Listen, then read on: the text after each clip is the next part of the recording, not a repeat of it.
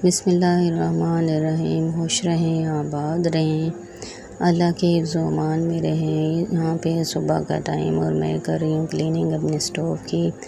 ये बहुत ग्रीसी सा हो रहा था और इसके ऊपर बहुत से स्टेन थे। मेरा तो दिल नहीं किया कि सुबह सुबह मैं ऐसे ही खाना वगैरह पका लूँ। इसको सबसे पहले मैंने किया क्लीन और फिर इसके बाद ही मैं को इस पे काम करूँगी।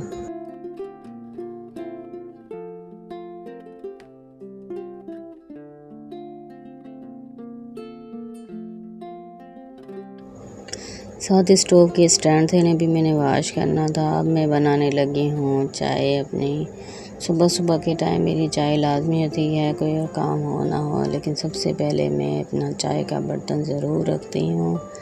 चाय पीने के लिए सुबह एक मग में मेरा लाजमी पानी का होता है, उसके बाद चाय मैं लाजमी लेती हूँ।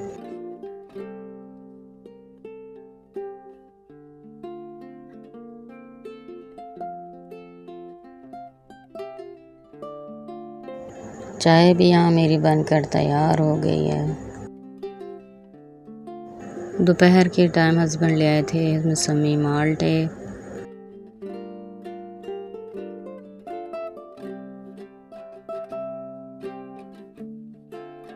और वो खा रहे थे मज़े से काट के,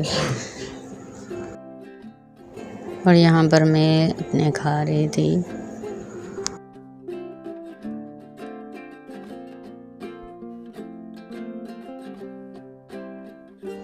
सूखा धनिया, हरी मिर्च, लहसुन, इनको मैं कूट रही थी। आलू गाजर मैंने बनानी थी, उसके लिए आलू को धोकर मैंने काट लिया, साथ ही गाजरों को भी मैंने काट दिया, साथ ही टमाटर भी काट लिए।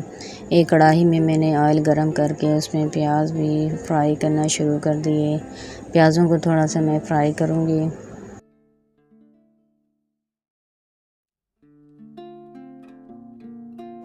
प्याज थोड़े से फ्राई हो गए तो इसके बाद मैंने इसमें शामिल कर दिए टमाटर। टमाटरों को भी थोड़ा सा मैं पकाऊंगी। इसके बाद जो कुटा हुआ मसाला है वो मैंने इसमें शामिल कर देना है।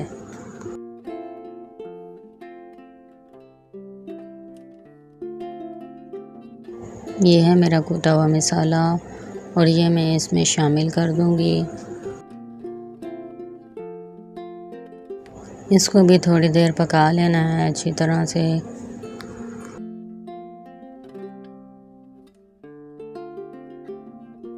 मसालों को थोड़ी देर पकाने के बाद इसमें शामिल कर देना है नमक, मिर्च और हल्दी।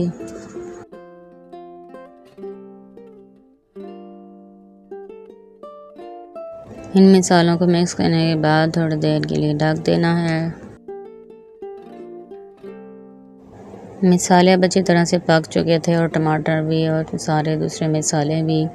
इनको थोड़ा सा मैं चम्मच में हिला के ज़रा ऊपर नीचे कर रही थी कि नीचे से ये लगे ना। फिर इसके बाद इसमें मैं शामिल कर दूँगी सब्ज़ी।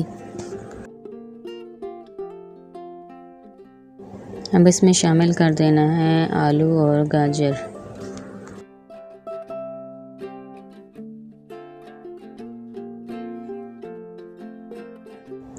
आलू और गाजरों को भी मैं मसाले में मिक्स कर दूँगी अच्छी तरह से। इसके बाद मैं ढक दूँगी इन्हें और आग को कर दूँगी धीमा, और ये धीमी आग पर सालन मेरा पकता रहेगा आलू गाजर का।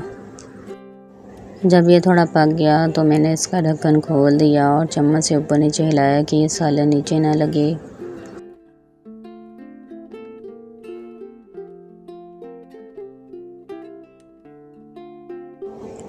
अब दोबारा से मैं इसे ढक दूँगी मज़ीद पकने के लिए।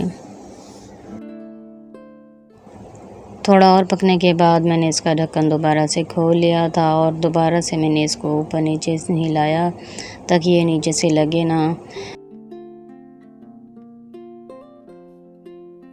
सालन भी अब पक कर तैयार हो चुका है और इसमें से ऑयल भी निकल चुका है और ये खाने के लिए बिल्कुल रेडी है। तमाम चीज़ें इसमें पक कर तैयार हो चुकी हैं और बैलेंस हैं तमाम मसाले भी इसमें।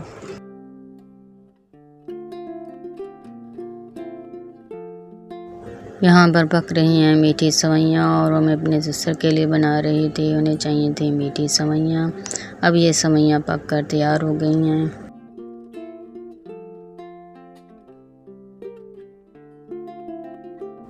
मैं बना रही हूँ बच्चों के लिए कोटिंग वाले बेसन के चिप्स। उसके लिए मैंने आलूओं को पहले धो लिया, उसकी मिट्टी साफ़ कर दी। उसके बाद फिर दोबारा से इन्हें छीलने के बाद इन्हें अच्छी तरह से वॉश कर लिया। फिर मैंने इनके काट लिया चिप्सों को काटने के बाद थोड़ा सा मैंने ज़ीरा इसमें पीस कर डाला। थोड़ी सी एक चुटकी हल्दी डल जाएगी इसके अंदर। इसमें फिर जाएगी नमक और लाल मिर्च।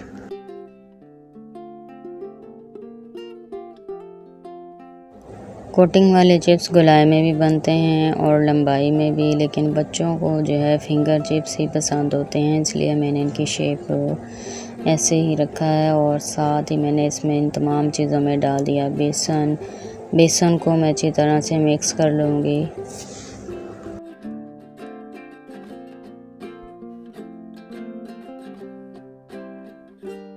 ऑयल को भी कढ़ाई में अच्छी तरह से गर्म करने के लिए रख दिया। और जो कोटिंग वाला मसाला है इसमें भी थोड़ा सा पानी डालकर इसको अच्छी तरह से मिक्स किया चिप्स में। थोड़ा सा मुझे बेसन कम लगा था और मैंने दोबारा से इसमें शामिल किया था और फिर मैं इसको अच्छी तरह से मिक्स कर रही हूँ।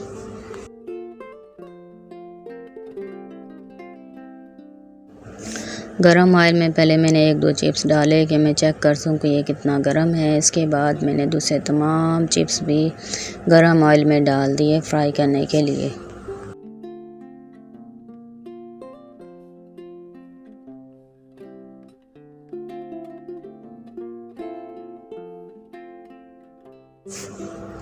एक दफ़ा के चिप्स फ्राई करने के बाद अब मैं दूसरी दफ़ा के भी चिप्स इसमें डालूँगी कढ़ाई में गरम में।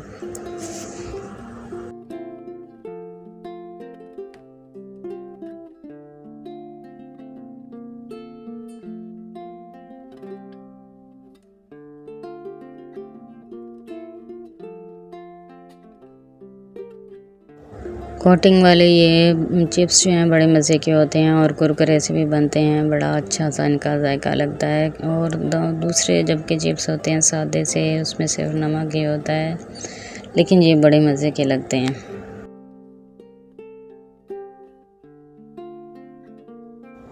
चिप्स मेरे फ्राई हो गए, अब ये एक दफ़ा बच्चों को दे दूँगी। अब दोबारा से मैं डाल रही हूँ चिप्स फ्राई करने के लिए। ऐसे कुरकुरी चीज़ें चिप्स हो गए, पकोड़े हो गए, समोसे, इनके साथ दिल करता है कि चाय हो साथ। अब ये मेरे कुरकुरे से चिप्स बेसन वाले कोटिंग के मज़ेदार से बन गए, तैयार हो गए। अब बच्चे शौक़ से खाएंगे। ये मैं दिखा रही थी कि हमारे वक्त में भी होता था ये खिलौना। मुझे बड़ी हैरानी हुई आजकल के दौर में भी है। यहाँ पर मैं ड्रेस प्रेस कर रही थी अपने हस्बैंड का, इनको जाना था आउट ऑफ सिटी शादी पे, तो फ़िलहाल तो मैं एक ही ड्रेस प्रेस कर रही हूँ। हस्बैंड बाकी ड्रेस स्टिच करवा के लाए थे, जो मैं प्रेस कर रही थी वो भी न्यू था, स्टिच करवा के लाए थे, बट वो थोड़ा रेशमी सा था इसलिए उसको मैं प्रेस कर रही थी। बाकी ये बिल्कुल प्रेस थे और ये न्यू थे, स्टिच करवाए हुए थे।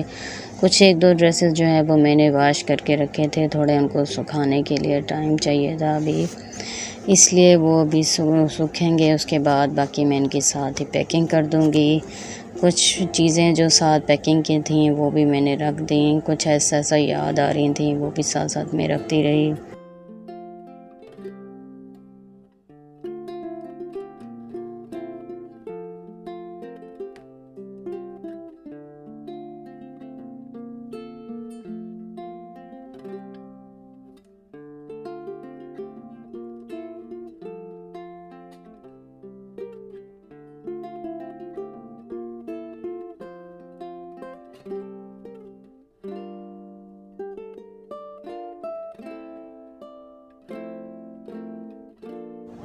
चीज़ों को पैक करने के बाद भी मुझे कुछ चीज़ें याद आ रही थी, जैसे कि उनकी वेस्टकोट्स थी वो।